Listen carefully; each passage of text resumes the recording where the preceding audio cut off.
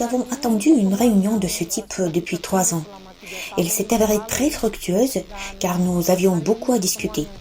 Nous étions impatients de rencontrer nos collègues russes. Nous voulions qu'ils nous parlent de la technologie Slavyanka, de ses particularités, de ses avantages et de ses perspectives également.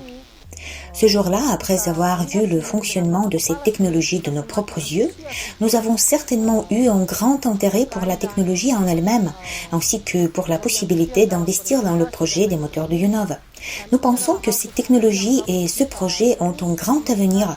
Après tout, ce n'est que dans le cadre de ce projet que la technologie des bobinages combinés peut être obtenue.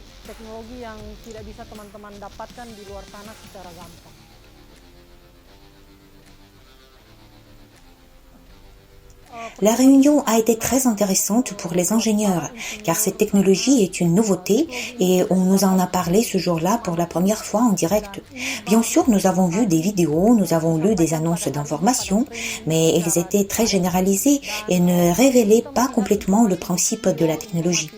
Cependant, lors de notre réunion, les experts ont pu examiner de près le principe de fonctionnement de la technologie Slavyanka, la toucher du doigt et s'assurer que cette technologie est incroyable et très prometteuse.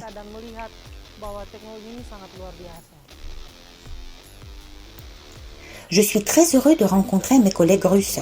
Pour la première fois, ils m'ont contacté pour que je les aide à attacher un moteur électrique à une batterie. En fait, ce matériel a été utilisé lors de la présentation.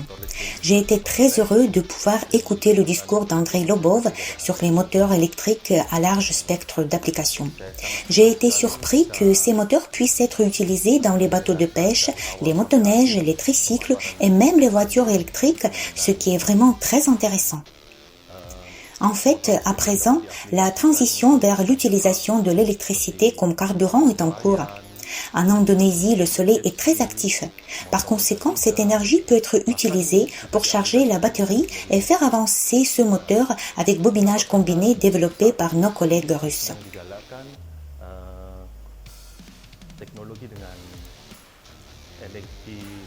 À mon avis, l'efficacité de ce moteur est très élevée. Tout cela grâce à cette technologie spéciale des bobinages combinés appelée Slavyanka, qui permet d'installer ce moteur sur les bateaux de pêche sans utiliser de carburant hydrocarboné. En Indonésie, nous avons beaucoup de soleil. Il s'agit de l'énergie qui peut être utilisée pour charger la batterie pour ensuite alimenter le moteur électrique en lui-même. C'est vraiment une technologie très intéressante et très prometteuse. Karena di Indonesia banyak sekali sinar matahari yang bisa diserap untuk mengisi baterai sehingga digunakan untuk menggerakkan motor. L'idée de combiner deux types de bobinage, étoile et triangle, rend cette technologie très économique et adaptée à une utilisation en Indonésie, en particulier dans les zones côtières. Elle peut également être utilisée pour les tricycles dans les zones hors route. Les ingénieurs qui ont assisté à notre événement ont étudié avec beaucoup d'enthousiasme toutes les informations fournies par Andrei Lobov. Il s'agissait notamment des brevets, de recherches et de présentations vidéo.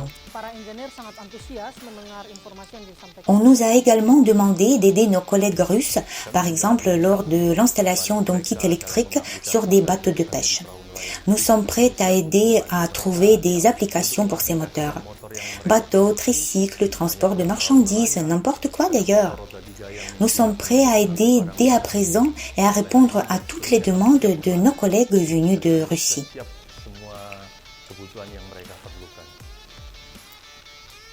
Je suis très reconnaissant aux collègues russes de m'avoir invité à cette réunion.